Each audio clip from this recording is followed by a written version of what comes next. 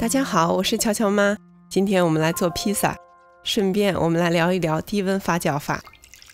1碗温水加干酵母粉搅拌静置，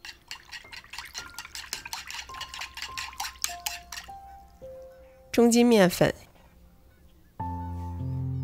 ，1勺盐，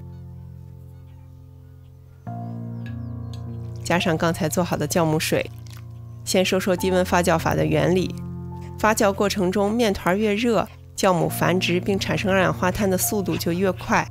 尽管酵母在高温下会迅速产生二氧化碳，但也同时会产生不好的味道。所以低温冷藏发酵法的目的就是延缓面团的发酵过程。具体来说，就是把面团放到冷的环境中，以降低酵母的活性。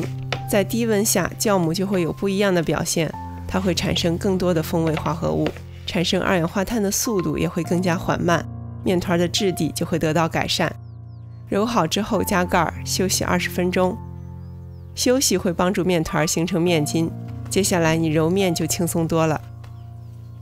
长时间的发酵使面团中的酶有更多的机会裂解蛋白，产生面筋，最终让面筋结构也得到改善。所以经过缓慢低温发酵的面团会有更好的风味和结构。这一次要把面团揉光揉匀，我揉了3分钟。拉出一个光面，来点橄榄油，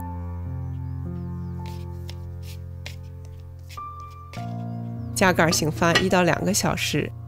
第一次醒发之后，面团变得将近2倍大。把面团取出，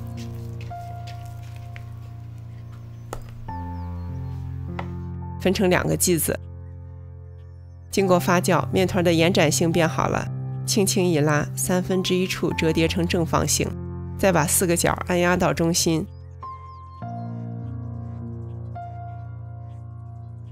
面饼放到案板上拉几下，你就得到一个球形的面团。我用的是10寸烤盘，如果你的烤盘小于这个尺寸，你可以分成3个剂子，做成小一点的披萨。烤盘里垫烘焙纸，撒上一些干面粉，面团上也来一点，这样就不会粘到保鲜膜上了。低温冷藏发酵时间可以是1天到3天。我今天做的披萨用的是24小时发酵。第2天我们来烤披萨，这是我们要用到的披萨酱。它的主要成分是番茄，里面也有其他的香料，这种披萨酱用起来更方便。我们先做一个夏威夷披萨。夏威夷披萨也叫菠萝披萨，所以先准备1罐菠萝罐头。成块的菠萝要提前切片。新鲜的马苏里拉奶酪，它是像这样成团的，它的含水量更高。烤披萨的时候，水分蒸发后，奶酪会更好的和披萨融为一体。披萨里白色黏黏能拉得很长的奶酪就是马苏里拉奶酪。做披萨前，你最好提前把面团从冰箱拿出来回温30分钟，这样的面团更容易操作。烤盘放到烤箱里，提前预热1个小时，温度调到你烤箱的最高温度，一般是500华氏度，一些烤箱能达到550华氏度，那更好。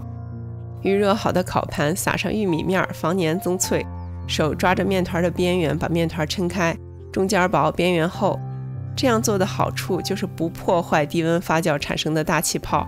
如果你用擀面杖，这些发酵产生的气泡就会被压迫。披萨店的师傅会用披萨铲把做好的披萨放到烤炉里。在家做披萨，你可以尽快在加热好的烤盘里完成整形，送进烤箱。但是要注意，这个烤盘的温度很高，千万不要烫到手。刷1层橄榄油，注意不要把里面的大气泡捅破了。挤上披萨酱，刷子刷匀。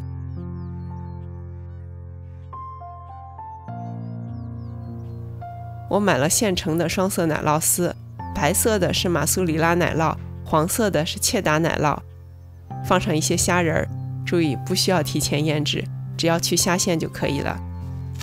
一点点细海盐，黑胡椒粉，切好的火腿片，因为火腿本身是咸的，所以你最好先撒盐和胡椒，后放火腿片，以免火腿片过咸。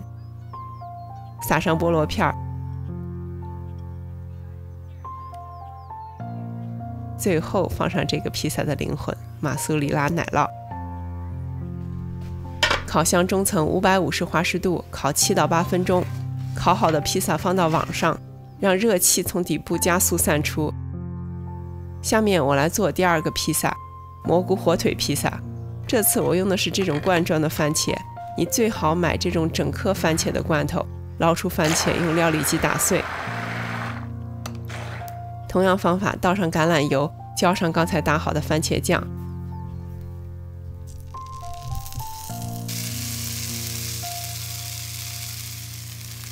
撒上一点牛至叶，也叫披萨草。总结一下，披萨的烤制温度和时间是关键，烤制要点就是4个字：高温快烤。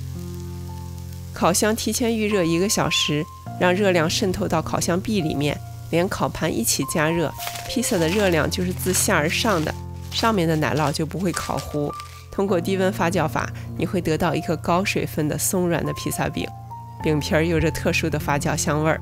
经过高温快烤的方法，会最大限度地保留披萨中的水分，这样你做出来的披萨就是无比松软的。常温密封保存3天，它也不会变得又干又硬。所以你最好不要把我的配方减半，因为做少了根本不够吃啊。欢迎您点赞、订阅和分享，我是乔乔妈，我们下期见。